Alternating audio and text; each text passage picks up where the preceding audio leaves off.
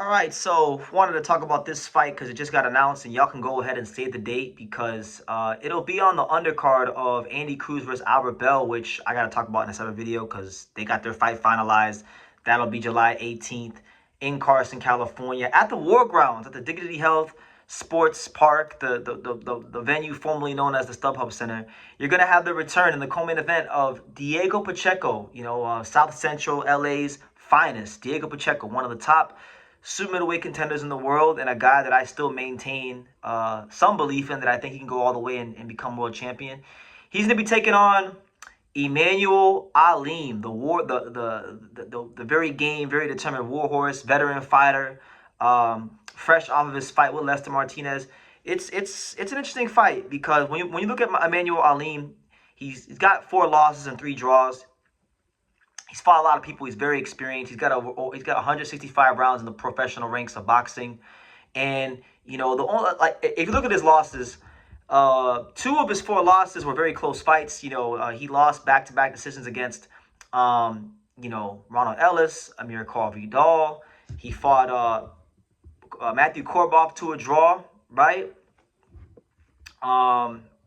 He's been at a solid level, and he took Lester Martinez the distance, so it showed that he has durability. The only guy that's really beat him in a sensational fashion was way back in 2017, which was Hugo Centeno Jr. Everybody else has either gone the distance or been in a close fight with him. So he does bring experience. He does bring durability to the table. He does bring things that could give Pacheco some good rounds and experience. And if Pacheco isn't if his chin is not up to par, if he gets caught the wrong way, this is a guy that I think can hurt Diego. Now, for Diego Pacheco, he's come under a lot of scrutiny because this is a guy that, he was in position to fight Christian and Billy. He went another direction. He was in position to fight Hamza Shiraz. He went another direction. So a lot of people have been saying he's been ducking these guys. And he's got a new management. For the second time in like 2 or 3 fights, he's got a new trainer working under Buddy McGirt. So I feel like Diego Pacheco, even though he hasn't lost on paper, the Kevin Lele Assaggio performance was underwhelming, and it feels like 26 fights into his career at 25 years old, he's still trying to find his identity at the elite world class level. Obviously Aleem is a guy who's good and solid, but he's not the guys that he quote unquote ducked, right? So that being said, I think Diego Pacheco needs to come out here and make a statement. I think what I'm looking to see from Diego Pacheco in this fight is that he truly belongs on that world-class level. Now, look, Lester Martinez didn't stop Emmanuel Aleem, but I'll say it like this, and this might be an unpopular opinion, but I class Diego Pacheco higher than I class Lester Martinez. Lester Martinez is big. Lester Martinez is strong. Lester Martinez can punch, but Lester Martinez, from an offensive standpoint, in terms of how he sets his punches up, he's very basic. Very basic. Just big, strong, very well conditioned, but basic. That's why he wasn't able to get Emmanuel Aleem out of there. Now, Pacheco, even though Pacheco has a 72% knockout ratio, I don't class him as a puncher. I've always looked at Diego as more of a boxer than a puncher.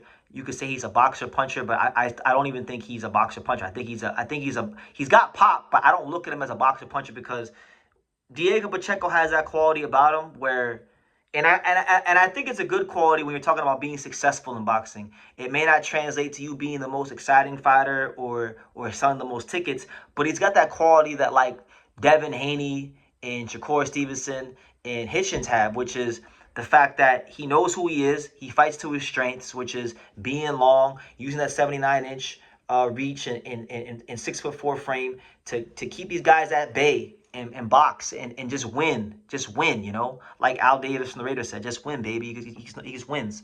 So I don't view him as a big time puncher on the world class level. He's more of a boxer.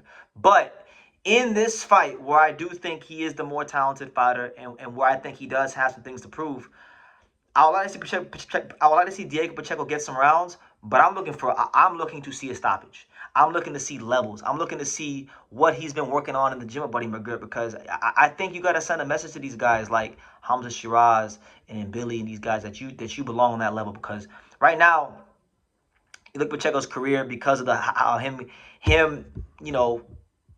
him getting dropped against Kevin Lele Sajo, not looking so good. You look at him, the comments he made about, Mexican fighters, that really pissed a lot of people off. Like, his stock is not as high as it's lower than it's ever been, for just being honest. So he needs a sensational performance, and I think stopping a guy who hasn't been stopped in almost 10 years would be a statement here, in my opinion. So we'll see how it goes. I'm sure Aleem's going to come to fight. I'm sure it'll be game.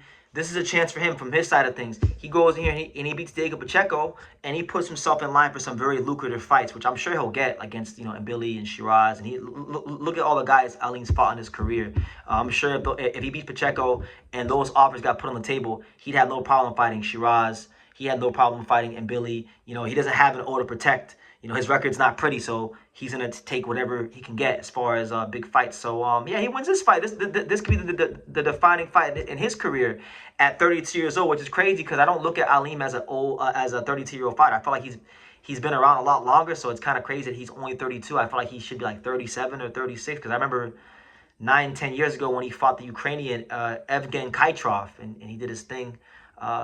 That was an entertaining fight, but so yeah, big fight for him, really big fight for him. But really, Pacheco should be coming out here and making a statement. That's why Matchroom and Kevin Rooney and the team picked him, because they feel like he was a guy that Pacheco could not just beat but look good against, and it's his job to prove them wrong and show that hey, I belong in the big fight. So yeah, looking forward to it. Hopefully Diego comes out here and performs, because if he doesn't, people are going to have a lot to say. And it's crazy because even though Pacheco is from the LA area, this fight is in the LA area, Southern California area, he's not the main event. The main event is a Cuban with no commercial value in Andy Cruz, and Albert Bell from Ohio, another guy who doesn't have a ton of commercial value either. So I kind of feel like, even that's like I don't want to call it. I guess you could call it like a slap in the face. Like, Pacheco's supposed to be the headline of these shows, and he's the co-main event. So I mean, make of that what you will. Unless I'm reading something wrong, it looks like he's the co-main event, and that's going to be the main event. But that's neither here nor there. You guys, let me know what you think in the comments down below. Diego Pacheco is back. First fight under Buddy McGirt. Really his first fight since he avoided those fights with Billy and Shiraz and got new management. So a lot of moving pieces in his career. First fight since the lackadaisical, underwhelming performance against Kevin Lele Sajo. Will he make a statement and trudge forward towards the big fights, or will it be another mid-performance for Pacheco where people criticize him and question if he can win at the world-class level? We'll see, but who knows? Who knows where I'll be at that time? My life is very chaotic in box right now, but if I can get out to the West Coast, I would love to be there for this fight, because the undercard looks pretty good. They got Albert Chop Chop Gonzalez on. A lot of good prospects on this card. Albert Chop Chop Gonzalez, Frank Espinoza, Leo Otang, Samuel Contreras.